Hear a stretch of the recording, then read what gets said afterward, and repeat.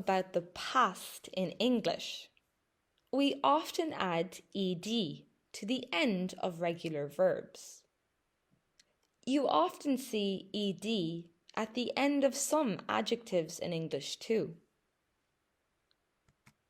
But did you know that ed can be pronounced in 3 different ways? It all depends on the last sound of the base verb. T sound. If the base verb ends in a quiet or voiceless sound like k, p, s, sh, ch, f, the ed sounds like a sharp t. For example, help, helped, wash, washed. D sound.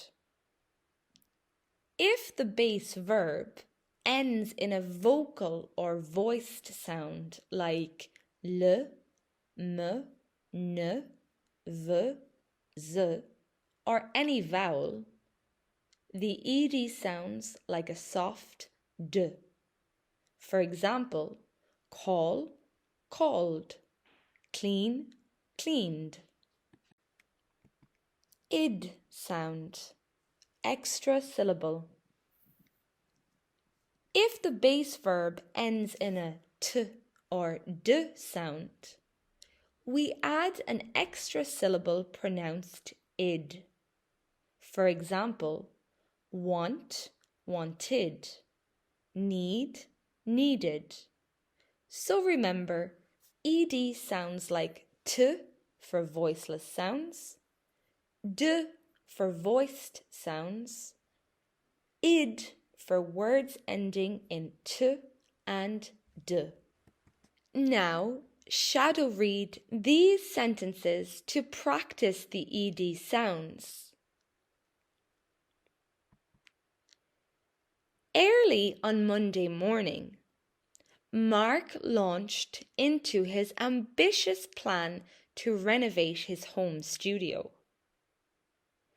Having researched various design ideas online, he purchased the necessary materials and cleared out all the old furniture. He envisioned a sleek, modern workspace where he could focus without distractions.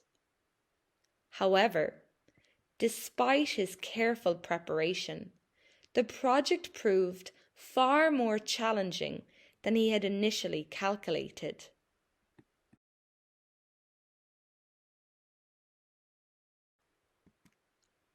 While assembling the new shelving unit, Mark noticed that several crucial screws were missing from the package. Frustrated, he searched through the toolbox, but nothing matched the required dimensions.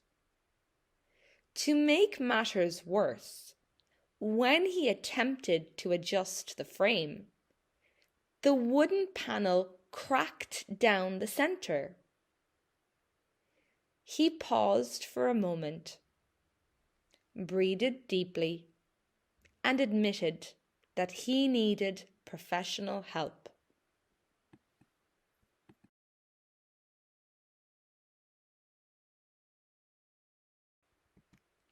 He immediately contacted a local carpenter who specialized in custom furniture repair.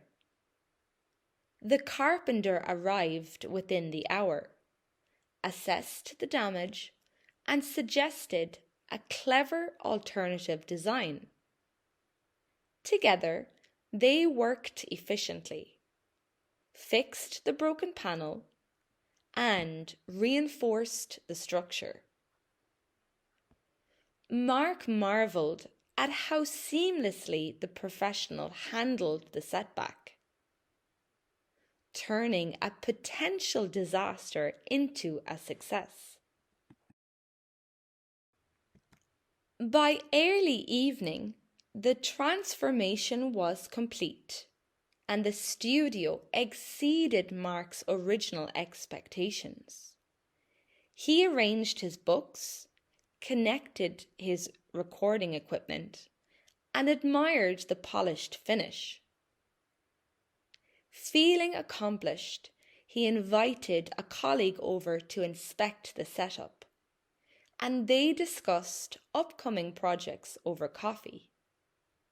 Mark reflected on the day, realizing that unexpected hurdles often lead to better outcomes.